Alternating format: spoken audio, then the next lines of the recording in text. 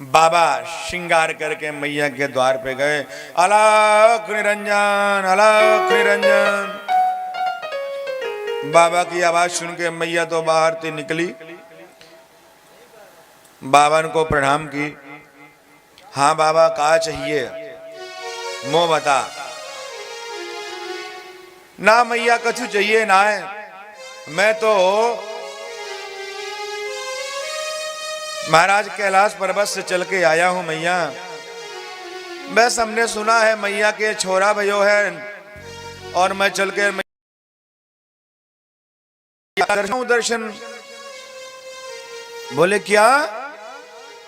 बोले हाँ, लाला के दर्शन की इच्छा जगी है मैया, बा आपकी कृपा हो जाए तो लाला के दर्शन है जाए। बोले बाबा सुन, तो अन्न चाहिए बिल्कुल ले ले, धन चाहिए ले ले, सोना चाहिए ले ले, हीरा चाहिए ले ले, हाथी चाहिए ले ले, घोड़ा चाहिए ले ले, जो चाहिए सब ले ले, लेकिन लाला को दर्शन तो है तो ना कराऊं।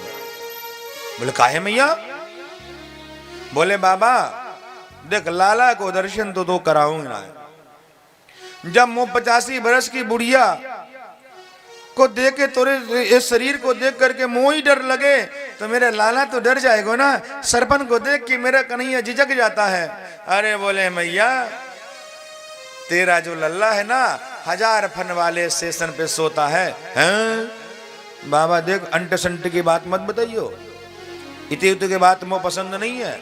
और नामकरण संस्कार ब्राह्मण करने आ जाए, इतने उतने की बात बता दे। नहीं, अच्छी अच्छी बात बताना। सो महाराज मैया भी कह रहे भगवान ने इशारा किया भोलेनाथ को, कहीं मैया को ये मत बता दो भगवान है नहीं, मैया फिर जानती पूजा शुरू कर देगी। अजानती भगवान की पूजा कैसे होती है आप तो सभी जानते हैं। सो मेरे प्यारे भगवान भोलेनाथ को इशारा कर दिए, नहीं नहीं प्रभु ऐसा मत करना।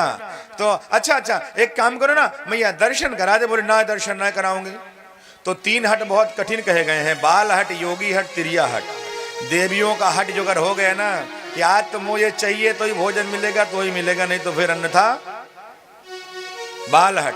अब बच्चे ने हट कर लिया जोगर कि मुझे आज ये खिलौना चाहिए, सो चाहिए, रो रो करके बुरा हाल कर देगा, माता पिता को दिलाना पड़ेगा। और योगी ने हट कर लिया कि मुझे तो भगवान को दर्शन करने हैं, सो करने हैं, चाहे कुछ भी हो जाए। मेरे प्यारे मैया ने हट कर लिया कि लाला के दर्शन ना कराऊंगे, इधर बाबा ने हट कर लिया कि दर्शन तो मैं करके ही जाऊंगा। मैया कोई बात नहीं, जब तेरा लल्ला बड़ा होगा तो दर्शन है जाएंगे। बोले ना ही होंगे, मेरे यहाँ द्वार की कमी नहीं, 15 द्वार हैं, अब कोई द्वार खोल दूंगी, कोई दिक्कत नहीं है, लेकिन लाला के दर्शन ना कराऊंगे। बोले दूसरे द्वार में आ जाऊंगा। बोले दूसरा द्वार भी बंद कर दूंगी, तीसरा खोल लूंगी। बोले बटी हटी है? बोले हाँ हटी है। बाबा ने भगवान का ध्यान करके कुछ दूर बट वृक्ष था, उसी के नीचे जा करके बैठ गए।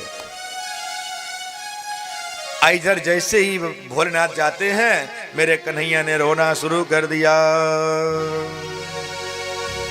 इतनी जोर से रोए, इतनी जोर से रोए कि सारी गोपियों को आवाज पता चल गई। गोपियां दौड़े दौड़े आ गईं। माँ स्तनपान कराती हैं, लेकिन लाला रोए जा रहे हैं, रोए जा रहे हैं। और रोते क्या है? वाह वाह वाह, बस वाही के दर्शन करा। और मैया मो तो कुछ नहीं चाहिए, रोना चुप नहीं कर रहे हैं, कन्हैया रोना बंद नहीं करते हैं। मैया घबरा गई, मैया ने झाड़ा लगाया लेकिन कोई काम नहीं किया। फिर गोपियां बोली कोई आया था? बोले हाँ एक बाबा आया था, और बड़े विकराल बल उसकी जटाएं थी, मस्तक में त्रिशूल चंद्रमा लटकाया था और सरफन की माला लटकाया था। बोले बाबा ने कछु टोना कर गयो, बाबा ने कछु गड़बड़ कियो है। कितने को गया? बोले बाबा इतने को गया है। गोपियां दौड़े दौड़े दौड़े दौड़े पहुंच गईं। बाबा कुछ झाड़ा वाड़ा लगाने जाने के ऐसे ही है। अरे बोली कहा बात करती हो तुम, मैं तो ऐसा झाड़ा लगाना जानू ना कि जो जीवन में रोता है सो रोना बंद कर दे। बोले बाबा तो कैसे बतो? बोले मैं तो अंतर्यामी हूं, और जो कभी ना रोता हो ना वो ऐसा झाड़ा लगा दो जीवन भर रोना शुरू कर दे। बोले बाबा अंट संट की बात मत बता, अरे मेरा लल्ला रो रहा है ना, वो तो सच बता। झाड़ा वाड़ा लगाने? बोले हाँ। बोले कहाँ चलना है? बोले चल मेरे साथ। बाबा गोपियां आगे आगे, बाबा पीछे पीछे पहुंचे जाकर के नंद भवन में और कहते हैं अलग निरंजन ला मैया, लाला को झाड़ा लगा दूं। मैया वहां बैठ गई और कहती है बाबा ने के दूर से झाड़ा लगा दे, मोह तो डर लग रहा है। अरे बोली मैया ला रही कि नहीं? मैया ने बाबा को बोली दूर से झाड़ा लगा देना। गोपियां बोली अरे मैया दे देना। और जैसे कृष्ण बाबा की गोद में जाएं, कृष्ण बिल्कुल शांत हो जाएं और मैया की गोद में जाएं, सो कृष्ण रुदन करने लग गए। मैया परेशान हो गई, बाबा से कहती बाबा कुछ ऐसा चमत्कार कर दे कि हमारा लल्ला जो है ना बिल्कुल शांत हो जाए। अब एक बात बताऊं, किसी का बालक बीमार हो जाए ना तो माताएं बड़ा कष्ट पा। एक बार ऐसा समय हुआ था, मैं जब 9 वर्ष का था, बहुत बीमार पड़ा। सारे डॉक्टरों ने जवाब दे दिया था, सारे डॉक्टरों ने जवाब दे दिया। और आपके बड़े बड़े अस्पताल, प्रीति अस्पताल है यहाँ पे, यह भी मना कर दिया, लखनऊ में सब। तो जानते ही हैं माता पिता क्या का इंतजार करते हैं कब फिर। लेकिन माता पिता की आशा होती है कि आखिरी सांस तक महाराज मेरे पास समझ लो भोजन तक नहीं जाता था, अन्न तक नहीं जाता था। साबूदाना उसमें होता था और साबूदाना और दूध थोड़ा थोड़ा चम्मच से डाल देते थे। तो एक दिन गांव में जानते हैं पहले चारपाई हुआ करती थी, चारपाई में कंबल डला था, मैं वहीं बस छपका था एकदम शरीर बस कब पूरा हो जाए। सो महाराज 3 महात्मा आए, 3 बाबा जी आए और मेरी माँ रोने लगी। तो उन्होंने कहा कि मैया मैं जा रहा हूं बद्रीनाथ के लिए, तेरे बेटे के लिए यातना कुछ न कुछ करूंगा, तेरा बेटा ठीक हो जाएगा। उन्होंने हाथ तो देख हिलाया, देखा अरे ये तेरा बेटा तो बड़ा महान है, ये मरेगा नहीं। मैया बोली क्या है बाबा, ये तो देख लो डॉक्टरों ने जवाब दे दिया है। महाराज उन बाबाओं ने कहा 1100 रुपए उसमें मांगे। अब 1100 पहले बहुत होते थे, 1100 तो पूरा घर बन जाता था, जमीन आ जाती थी। महाराज 300 में दिल्ली इनमें प्लाट आते थे। मेरे प्यारे पहले सैलरी होती थी लोगों को 110 रुपए। अरे 94 96 के बाद में चले जाओ, उसमें सैलरी कितनी थी? बहुत कम लोगों की सैलरी थी। जो ये तो 7वां वेतन आयोग होगा इसलिए तो सबका। सो महाराज मैया ने बोली बाबा इतने पैसे तो नहीं है, 51 रुपए मेरे पास हैं, ये ले लो आप। माताओं का जानती हैं।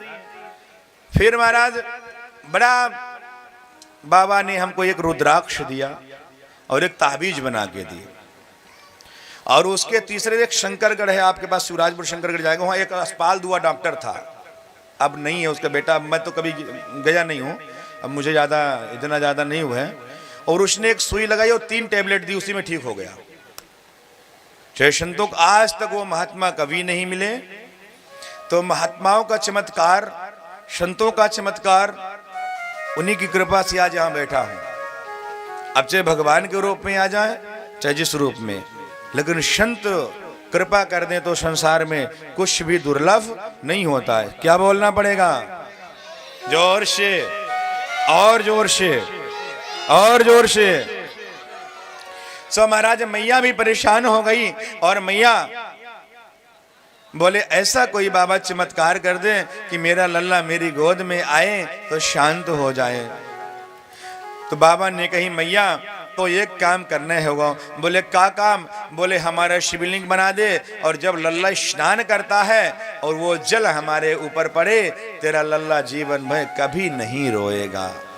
और मैया ने शिवलिंग बनाया, वही नंदेश्वर महादेव कहलाए। बोले नंदेश्वर महादेव की। सो महाराज आज भी नंदेश्वर महादेव को दर्शन करिए। और उस दिन के बाद क्या, कन्हैया जीवन में जब तक ब्रज में रहा कभी रुदन नहीं किया। केवल जब ब्रज से छोड़ा है, वृंदावन को जब छोड़ रहे थे, मथुरा को आए हैं, तो माँ रुदन करने लगी कन्हैया मुझे छोड़ के तू जा रहा है। तब कन्हैया रोया, इसके बाद कहीं कन्हैया नहीं रोया।